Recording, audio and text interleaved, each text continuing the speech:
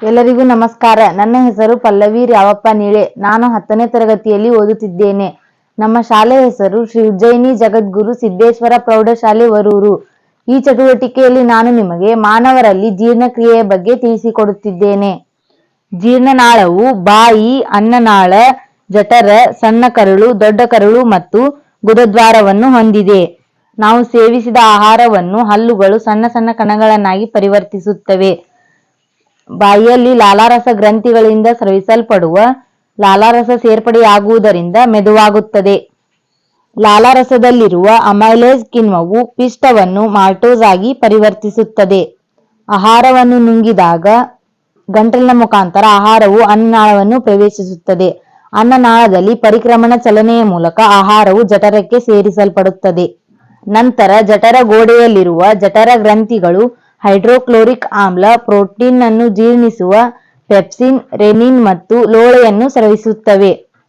Hydrochloric ಆಮ್ಲವು pepsin ಕಿಣ್ವದ ಕ್ರಿಯೆಯನ್ನು ಉತ್ತೇಜಿಸುವ ಆಮ್ಲೀಯ ಮಾಧ್ಯಮವನ್ನು ಉಂಟು ಮಾಡುತ್ತದೆ ಮತ್ತು ಸೂಕ್ಷ್ಮಜೀವಿಗಳನ್ನು ಕೊಲ್ಲುತ್ತದೆ. ಲೋಳೆಯು ಜಠರದ ಗೋಡೆಗಳನ್ನು ಆಮ್ಲದ ಕ್ರಿಯೆಯಿಂದ ರಕ್ಷಿಸುತ್ತದೆ.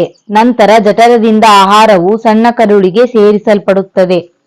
ಸಣ್ಣ ಕರುಳು ಜೀರ್ಣನಾಳದ ಅತ್ಯಂತ ಉದ್ದದ ಭಾಗವಾಗಿದ್ದು ಸುರಳಿ ಹೊಂದಿ ಕಡಿಮೆ ಸ್ಥಳದಲ್ಲಿ ಅಳವಡಿಸಲ್ಪಟ್ಟಿದೆ. ಸಣ್ಣ ಕರುಳಿನಲ್ಲಿ ಕಾರ್ಬೋಹೈಡ್ರೇಟ್ಗಳು ಮತ್ತು ಕೊಬ್ಬುಗಳು ಸಂಪೂರ್ಣ ಪಚನವಾಗುತ್ತವೆ. ಸಣ್ಣ ಕರುಳಿಗೆ ಬರುವ ಮಾರ್ಗದಲ್ಲಿ ಮೆದೋಜೀರಕ ರಸ ಮತ್ತು ಪಿತ್ತರಸ ಸೇರಿಸಲ್ಪಡುತ್ತದೆ. ಮೆದೋಜೀರಕ ರಸವು ಅಮೈಲೇಸ್ ಮತ್ತು ಪ್ರೋಟೀನ್ ಅನ್ನು ಜೀರ್ಣಿಸಲು ಟ್ರಿಪ್ಸಿನ್, ಕೊಬ್ಬುಗಳನ್ನು ಎಮಲ್ಸೀಕರಣಗೊಳಿಸಲು ಲೈಪೇಸ್ ಕಿಣ್ವವನ್ನು ಹೊಂದಿದೆ. ಮೆದೋಜೀರಕವು ಅಮೈಲೇಸ್ ಪಿಷ್ಟವನ್ನು ಮಾಲ್ಟೋಸನ್ನಾಗಿ ಪರಿವರ್ತಿಸುತ್ತದೆ ಮತ್ತು ಸಣ್ಣ ಕರುಳಿನ ಭಿತ್ತಿಯು ಗ್ರಂಥಿಗಳನ್ನು ಹೊಂದಿದ್ದು ಕರುಳಿನ ರಸವನ್ನು ಸ್ರವಿಸುತ್ತವೆ. ಜೀರ್ಣವಾದ ಆಹಾರವು ಸಣ್ಣ ಕರುಳಿನಲ್ಲಿರುವ ವಿಲ್ಲೈಗಳೆಂಬ ಬೆರಳಿನಂತಹ ರಚನೆಗಳಿಂದ ಹೀರಲ್ಪಡುತ್ತವೆ.